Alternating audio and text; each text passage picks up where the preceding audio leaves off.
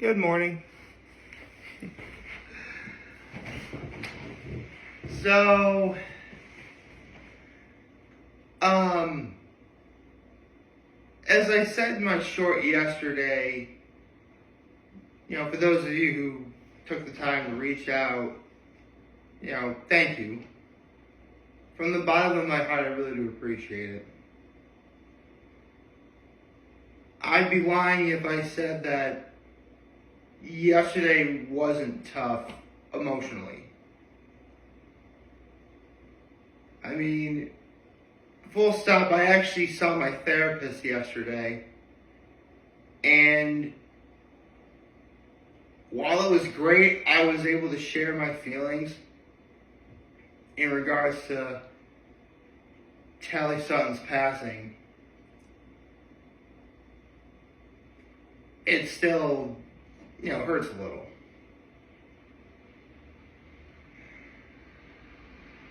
But I've been saying that we all need to try to press on and, keep moving forward and make sure everyone around us is okay. So that's what I plan on doing. I mean, I'd be remiss if I didn't say that my low was how bad I felt all day. However, there is a bit of a silver lining. Because, for one thing, I was able to catch up on the latest episodes of Your Friendly Neighborhood Spider-Man, which I'm going to be talking about today. But also, it was my father's birthday. He turned 66 yesterday. And being with my family, it was my parents, of course, because it's my dad's birthday. I would hope he's there. It was my parents, myself, my brother, my sister-in-law, and my nephews. And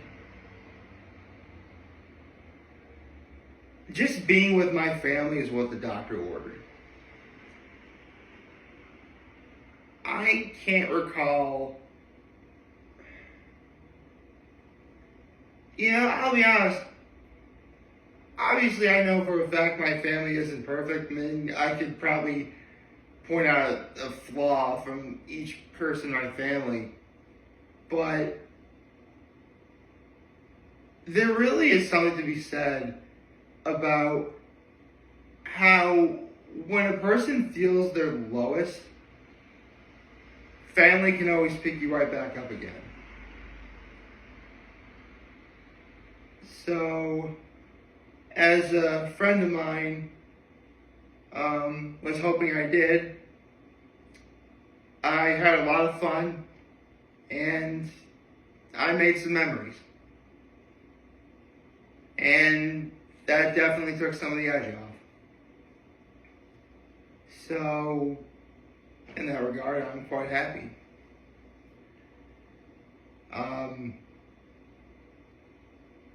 What was my act of kindness? My act of kindness, I would definitely say, is how, for one thing, I did try to help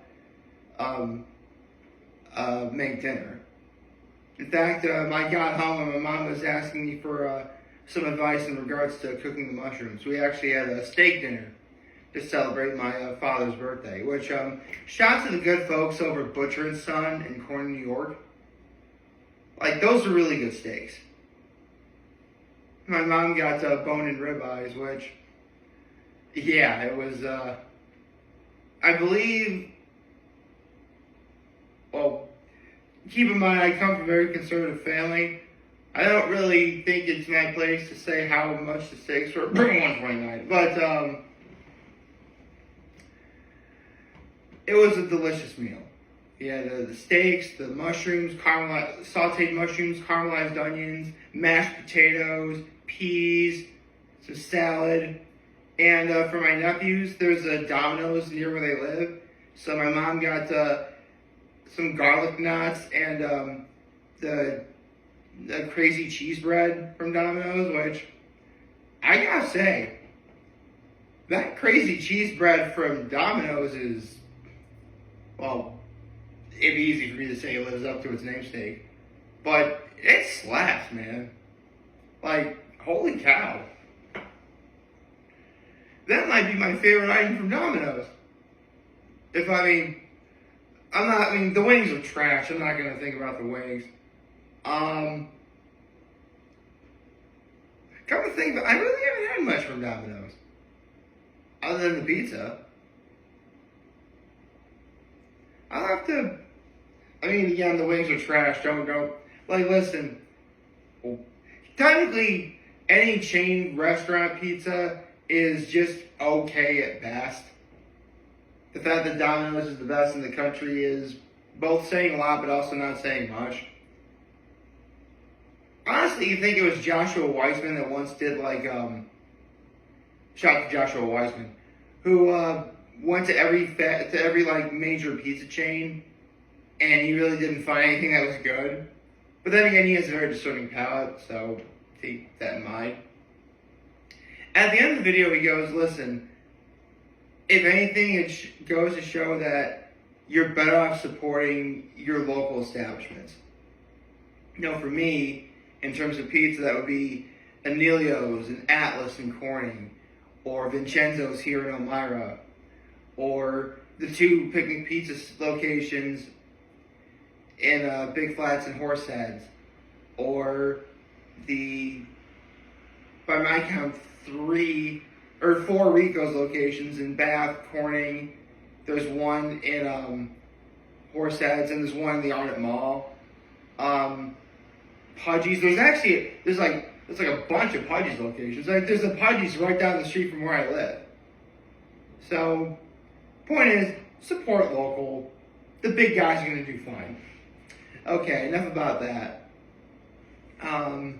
Let's pick up where we left off on your friend Neighborhood Spider-Man. Look out, here is Spider-Man.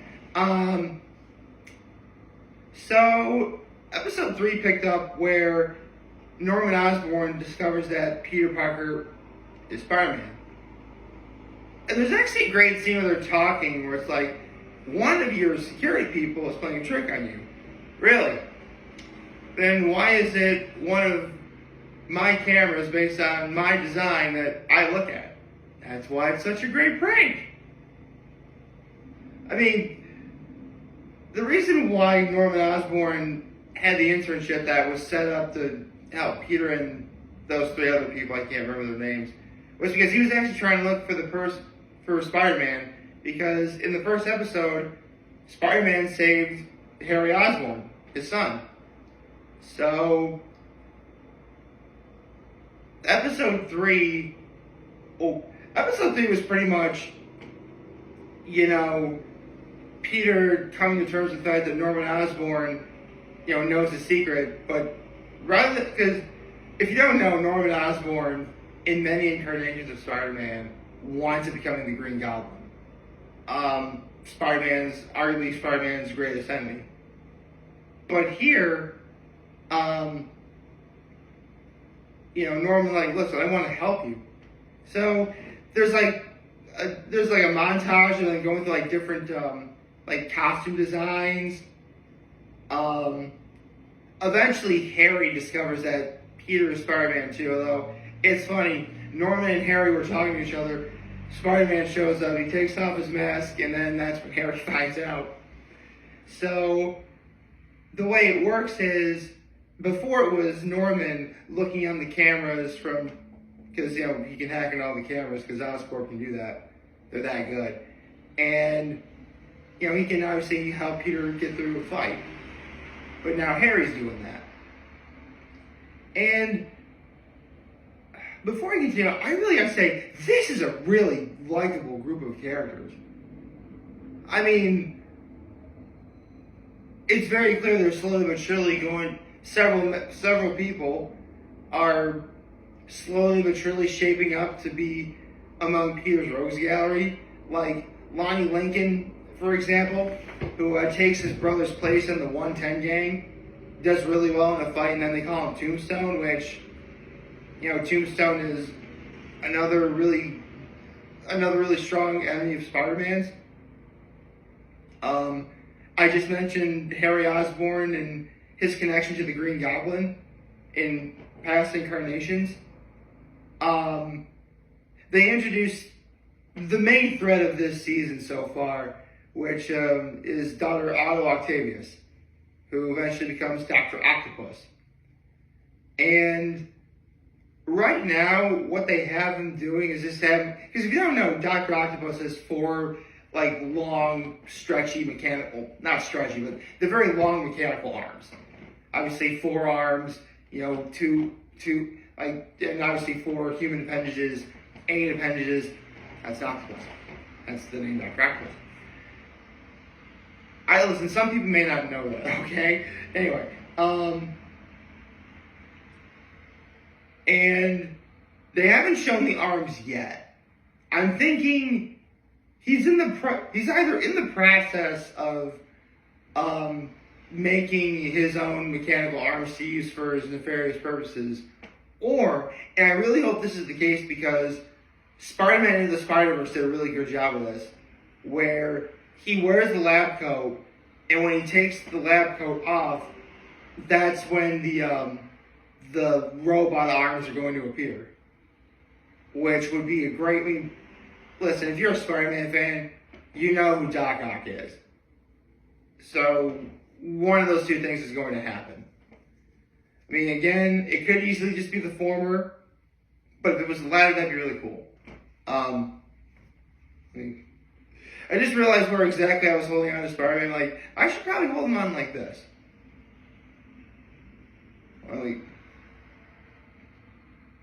There.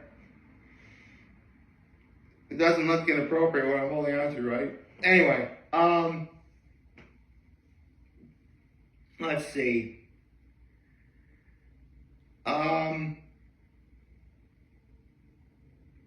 Honestly, episode 5 ended on a really strong high note because Peter and Nico were gonna go see this one really bad sequel to a bad movie. It's one thing. She's into our housey stuff, and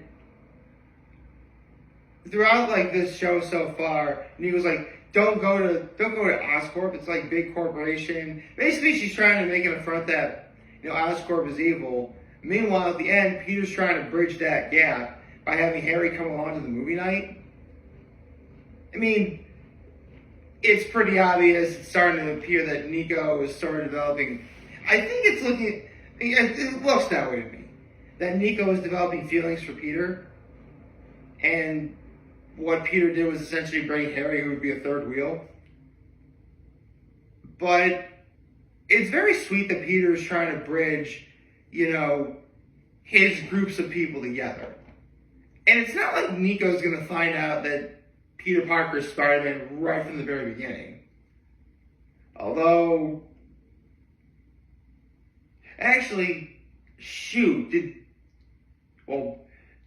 Nico was there when Peter did get bit by the spider, but I don't think she'll quite notice that,